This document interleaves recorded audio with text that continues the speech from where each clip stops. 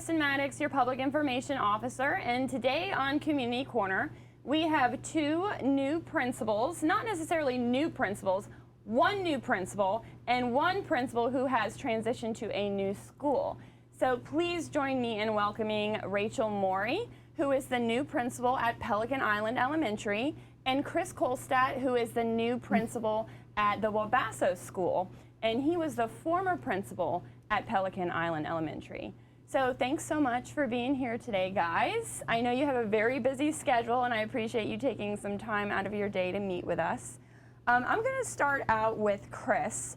Now, Chris, you've been in our district for a very long time, and we were just briefly talking about it. So you said a total of about 12 years. Correct.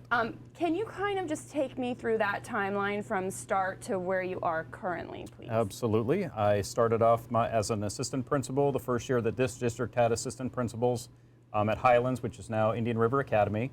And from there, I was asked by Dr. Lakov at the time to go to Vero Beach High School. So I took an assistant principal position there for a few years.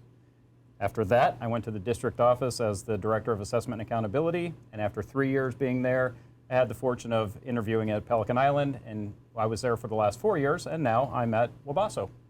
Awesome. Now, I know that Pelican Island, you know, they're a very strong-knit community there, and you're a very community-involved school. So when they got the news that you were transitioning to Wabasso, how did they react? I'm sure they didn't want to let you go. It's always difficult for everybody to experience change. So, you know, everybody understands, I hope, that, you know, change is needed at times. And the reason that I'm at Wabasso is because I have background experience with ESE. So it made sense to move me to a place where students needed that kind of leadership. So I was happy to go there. Of course, it was a difficult separation because we did experience some really good times together and we had the school moving. But I know that Ms. Morey is going to take that and move it forward as well. Right, excellent. And there's no better person than Rachel Morey, who was the former AP at Vero Beach Elementary, to step into the position at Pelican Island and take over as principal. So, Rachel, how's it been just in like the first couple of weeks? Like, how has that transition been, and what's going on at Pelican Island right now? It has been incredible. You're exactly right. Pelican Island is such a tight-knit family community. And when my very first day, I met with each teacher and said, what do you love most about Pelican Island? What is the best thing going on here? And they said, this is a family. It absolutely is a family. And so I think, you know, Chris did such an incredible job in fostering that sense of community that, you know, even though he's kind of moved on to Wabasso, that will hopefully continue and grow even with new leadership. So there are some exciting things happening in Pelican Island. We have our open house coming up. We have a couple new after-school activities that are going on for kids, and really working hard to increase like our family involvement and engagement this year. That's our focus. Right, and that should be a pretty smooth transition for you to come from VBE to Pelican Island, because VBE as well, they were a very tight-knit community school, and you guys really were a family, you were a tribe there. So, you know, I asked Chris how Pelican Island felt losing him to another school. What have you heard from VBE? I'm sure they were devastated. I was devastated too. Same, change is really hard, but you know, you build a strong system and hope that, you know, whatever leadership comes in, it will outlast the leader. It's really about the kids and the teachers and, you know, getting strong momentum going so that that will sustain. So they got a great assistant principal in Roxanne Decker. She has an incredible background and strong ELA experience, so I know she'll be able to keep the tribe moving forward. Awesome, awesome. Now, speaking of backgrounds, Chris, back to you. So you have this ESE special needs background. So tell me a little bit about that. And if you could, just for the people who aren't aware, just highlight what type of school Wabasso is and why your background is so important. Okay, so I've got a certification in ESE. That's how I started. That's actually what got me back into education. As a student, I never wanted to go to school again. I knew I was supposed to go to college. I knew I was supposed to get a degree, and while I was there, I was actually in college for physical therapy and decided on a much longer story, I was given an experience working with special needs on a weekend summer camp that nobody had told us about. So basically to make the long story short, during that weekend, I fell in love with ESE, thought that that would be my goal for the rest of my life, is to serve students with special needs or adults with special needs. And coincidentally, that is what is served at Wabasso. A lot of students with exceptionalities And that is my love. That's what put me in education, and it's come full circle, and I'm back. Awesome. Can you explain a little bit just the difference is obviously is that Wabasso is a special needs school, but give us an idea of like what the different types of needs are at Wabasso and the curriculum that you use to serve them and how it's different from our traditional public schools. Okay, so at Wabasso, everybody there is a special needs student, whereas the general typical schools might have little bits and pieces of special needs. So we've got students on the autism spectrum. We've got students with emotional behavioral disabilities. We've got medically fragile students there. And the goal is to develop independence on all levels and to bring students to the next level. So we don't have one specific curriculum, and it's not specifically one grade level or one focus. It's every student. We work off of IEPs, individual education plans, and we specifically look at what does every single child need and how do we get them there within this year's period of time or over a longer period of time, depending on what their goals are.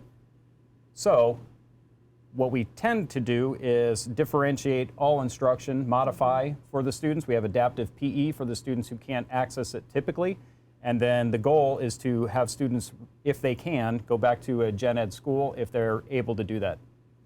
Great. And we know that Wabasso is not heard of as much as our other traditional public schools, but we don't want anyone to forget that Wabasso is out there, and you guys Absolutely are not. pretty far north on US 1, kind of in between Vero and Sebastian, in a very old school building. What was that used for before it was Wabasso? Do you know? I have no idea. It's a very cool, like, old architectural building, Yeah. whatever it was used for. I'll have to do my research.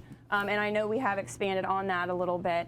But, you know, they're out there, and we don't want anyone to forget about those students. And I'm sure that you are really going to make a lot of efforts into putting Wabasso on the map, and so that we're constantly hearing all the good things that you're doing out Hopefully there. so. Thank you. Absolutely. So, Rachel, tell me a little bit about your timeline with the district. I know you said it's been on and off since 2004, so take us through that. Sure. I started teaching right out of college at Sebastian Middle. I was a 6th, 7th, and 8th grade reading and language arts teacher there. I was there for about 6 years, and then I moved to Orlando. So I was gone for a couple years, and then when I came back, it was at Storm Grove. I was there for several years until I was asked to take on the assistant principal role at Vero Beach Elementary. I was there 3.5 years until now being moved to Pelican Island as principal. Awesome. And the special thing about VBE, along with several other schools in our district, is they are a Title I school. Can you tell us a little bit about what that means? What does it mean to be a Title I school? Absolutely. So to be a Title I school, it means that a certain percentage of your students are getting free or reduced lunch. So they're coming from poverty or not quite, they're coming from poverty. And so extra resources are provided to help them get access to things that your typical student might have. So it's for extra materials, training, resources, all kinds of things to just improve the educational experience and kind of level the playing field for all. Vero Beach Elementary is one, Pelican Island Elementary is one, and it's really a way to make sure that all students are supported and given what they need to be successful. Right, and I know, like you said, Pelican Island is also a Title I school, so, you know, you moving into that position, you are used to the different challenges and rewards that come from working at a Title I school. And one of the rewards is having strong community partnerships. And I've already noticed on social media that you have had some community partners in Pelican Island the first couple of weeks. So tell me a little bit about that, maybe some new partnerships that you're making and some ones that were already there. Absolutely. So it is definitely a community school. People in that area really want to support the students and families at Pelican Island, which is incredible. So David Chiropractic has been generously donating some school supplies for our families. I'm working on a new partnership now with, it's called the JDO Foundation, which partners our school with a school in a different country so that our students will be able to, you know, learn together similar standards but across oceans and really just connect and get experiences that they wouldn't typically have. So we're also really environmentally focused, so we're working with different nonprofit organizations to help continue what's going on at Pelican Island and help it grow as well, to really keep it environmentally focused in a community school for our families. That's wonderful. And I know we're always looking for new community partners, and you know, maybe community partners we already have at certain schools, but you know, there's still schools that are in need of that support, and we just love our current community partners that we have in all of our schools. We could not do this job every day without you, so thank you very much. And Chris, what are your plans for Wabasso for this year? What do you see? What are some changes that you would like to make? I'm not really focusing on any changes yet. Okay. I'm still figuring out what's been going on there, and the team is fantastic. They've been giving me great input. I'm trying to act on their input on what's been working, and we're continuing to thrive off of what's been working. We do have 2 campuses, one which is also the 800 wing here on the Freshman Learning Center campus, and so you know, I'm trying to focus on how I'm going to get to both campuses and you know, make sure that I'm supervising and enhancing their needs over at that campus as well. So that's an interpersonal thing that I need to work with, but the staff has been phenomenal in giving me the support. I've got a little learning to do about the campus before I decide to make any changes. So I'm just going to try to keep their momentum going and continue to build on that for the moment. Right, and that's so important too, you know, in any organization when you come in as someone who's new to that school or that building, you know, big changes aren't necessarily the best thing to happen right out of the gate. So I totally appreciate that answer. You're absolutely right. And you did mention, though, the 800 wing over by our Freshman Learning Center. And that's something that I'm unfamiliar with, and I'm sure a lot of people are. So what exactly is the 800 wing? What students go there? Why aren't they at Wabasso's main campus? At the moment, I believe the reason is they've been there traditionally due to space, a lack of space. So Okay. the Freshman Learning Center actually has 4 classrooms in a little cluster building, and so they're able to house some of our students that have similar special needs. That are the majority of them, the vast majority of them, are on an FSA track, so Florida Standards Assessment track. The majority of the students on the Wabasso main campus are on a variety of different More tracks. alternative assessment. Yes. Okay, so the students in the 800 wing, do they also take classes within the Freshman Learning Center? That's the goal. Okay. Some of them have come from those classes due to their need, and so our job is to kind of get them refocused, and the majority of the transitional students are behavioral based, so we try to work on their behaviors to make sure that when they get back that they're not a disruption or unsafe to the students around them or to themselves during that time, so that we know that they'll be successful when they get back into the typical schools. That's great. I know, one of our goals in the district with any of our students who receive special services or, have special needs is inclusion, in any way that we can do that. And the closer that we can bring even our students with the most severe needs, to inclusion is the right step to take every day. So it sounds like that wing over there is great to have right outside of the FLIC, so that they can be included in the regular instruction at the Freshman Learning Center or the high school. And then we also have some students there that their home school is in Sebastian. So some of them will transfer back to schools in Sebastian if that's their home school. Great, okay. So I'm going to rephrase my question a little bit for you, Rachel. Not necessarily what changes you want to make, but what is your vision for Pelican Island for, let's just say, this school year? My vision, like I was saying, is definitely to build those family relationships, get them on our campus, get the community engagement up, really just see how we can enhance the learning experience for students. Definitely not, like Chris was saying, looking to have major changes right now this year in terms of our instruction or our practices happening on our campus, but just making learning an incredible experience for students with extracurricular activities, things happening during the day, really just helping them love school and bringing families on our campus to enjoy it as well. Great, okay. And you were also, throughout your years of experience in the district, you were the district teacher of the year, correct? Yes. And what year was that? That was the 2015-16 school year, right before I came to Vero Beach Elementary. Okay, so you were teaching at, was it Storm Grove? Storm Grove, And what were you teaching at Storm Grove? At that time, I was teaching 8th grade language arts and also speech and debate at that time, which is a reading class for advanced students. Awesome, great. Well, it looks like these two schools are definitely in good hands, and everyone can rest assured that we have two very, very intelligent and experienced principals at both of these schools, and we have our fingers crossed for a very successful school year at Wabasso and at Pelican Island, as well as all the schools across our district. And again, thank you to our community partners who are supporting our schools and our district in so many ways.